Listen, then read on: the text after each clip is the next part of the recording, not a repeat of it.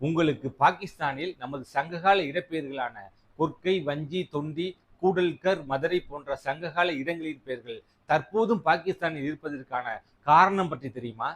1856இல் லாகூரில் இருந்து கராச்சிக்கு பொறியாளர்கள் ரயில் பாதை அமைக்கும் பொருட்டு நிலத்தை தோண்டிய பொழுது மிக அதிகமான சுட்ட செங்கற்கற்கள் கண்டறியப்பட்டன. அப்போது அதன் முக்கியத்துவத்தை உணராத பொறியாளர்கள் தண்டவாளங்களுக்கு இடையே போடப்படும் கற்களுக்கு பதிலாக இந்த சுட்ட செங்கற்கற்களை பயன்படுத்தினார்கள்.